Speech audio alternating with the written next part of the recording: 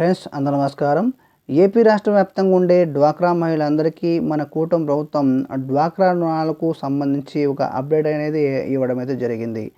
AP రాష్ట్ర వ్యాప్తంగా ఉండే డ్వాక్రా మహిళలు అందరికీ మన కూటమి ప్రభుత్వం రుణాలనైతే ఇవ్వనున్నట్లు తెలిపింది.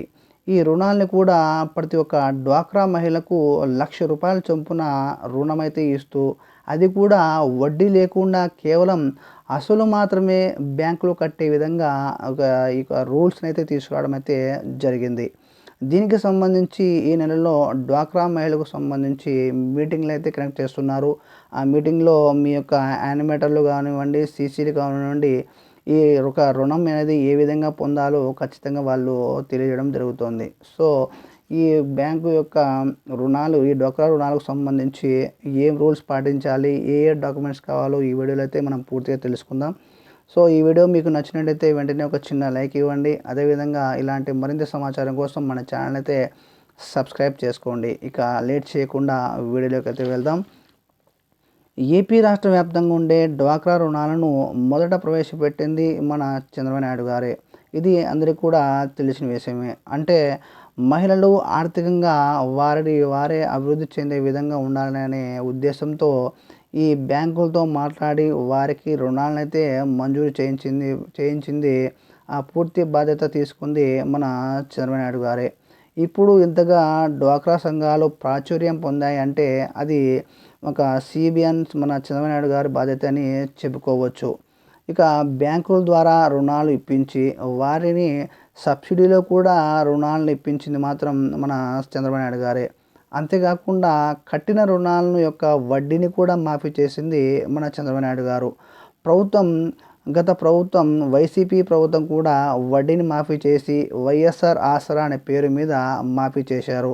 ఇప్పుడు వచ్చిన మన కూటమి ప్రభుత్వం వైఎస్ఆర్ ఆసరా పథకం అనేది రద్దు చేసి కొత్తగా కొన్ని రూల్స్ అండ్ రెగ్యులేషన్స్ ప్రవేశపెట్టి ఈ యొక్క వడ్డీ లేకుండా కేవలం ఒక అసలు మాత్రమే కట్టే విధంగా రూల్స్‌ని అయితే తీసుకొచ్చడం జరిగింది.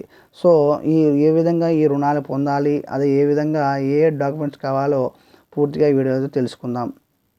సో, ఈ డ్వాక్రా రుణాలు పొందాలంటే వారు ఖచ్చితంగా ఏపీ రాష్ట్రానికి చెందిన వారే ఉండాలి. అదేవిధంగా 2 పాస్‌పోర్ట్ సైజ్ ఫోటోలు ఉండాలి. అదేవిధంగా ఈ బ్యాంక్ బుక్ అనేది ఖచ్చితంగా ఉండాలి. దాంతోపాటు ఈ యొక్క రేషన్ కార్డు, అదేవిధంగా ఈ ఆధార్ కార్డుకు వాళ్ళ బ్యాంక్ అకౌంట్ అనేది ఖచ్చితంగా NPCI లింక్ అనేది ఖచ్చితంగా ఉండాలి. ఎవరికైతే ఈ NPCI లింక్ అనేది లేదో వారికైతే ఈ రుణం పొందే ఆస్కారం అయితే ఉండకపోవచ్చు. సో, కాబట్టి ఖచ్చితంగా మీ బ్యాంక్ అకౌంట్‌కి ఆధార్ కార్డ్ అనేది ఖచ్చితంగా లింక్ అనేది చేయించుకోవాలి. ఇంకో విధంగా మీరు ఈ యొక్క సీసీల ద్వారా ఈకేవైసీ ఖచ్చితంగా చేసుకోవాల్సి ఉంటుందండి. ఎవరైతే ఈ ఈకేవైసీ చేయించుకుంటారో వారికి మాత్రమే ఈ యొక్క లోన్ అనేది రావడం జరుగుతుంది. ఈ యొక్క ఈకేవైసీలో ఎలాగంటే ఈ ఆధార్ కార్డ్ అడ్రస్ ఏ విధంగా మీ ఆధార్ కార్డ్‌లో ఉందో ఈ కేవైసీ చేసేటప్పుడు కూడా అక్కడొచ్చే డీటెయిల్స్ ఖచ్చితంగా మ్యాచ్ అయ్యి ఉండాలి. ఎవరైతే అట్లా మ్యాచ్ కాకుండా ఉంటాయో వారికి కూడా ఈ లోన్ పొందే ఆస్కారం అయితే లేకపోవచ్చు. సో, కాబట్టి ఖచ్చితంగా ఈ ఆధార్ కార్డు, బ్యాంక్ బుక్ కానివ్వండి, అదేవిధంగా ఆధార్ కార్డ్ కానివ్వండి, ఈ కేవైసీ అనేటివి పూర్తిగా ప్రతి ఒక్క రూల్స్ అండ్ రెగ్యులేషన్స్ పాటిస్తేనే మీకు అనేది ఈ యొక్క లోన్ అనేది రావడం జరుగుతుంది.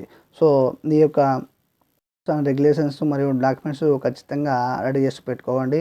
సో, ఈ వీడియో కానీ మీకు నచ్చినట్లయితే వెంటనే ఒక చిన్న లైక్ ఇవ్వండి. అదేవిధంగా ఇలాంటి మరింత సమాచారం కోసం మన ఛానల్ అయితే సబ్స్క్రైబ్ చేసుకోండి. థాంక్ యూ ఫర్ వాచింగ్ అండి. నెక్స్ట్ వీడియోలో మళ్ళీ కలుద్దాం. అంతవరకు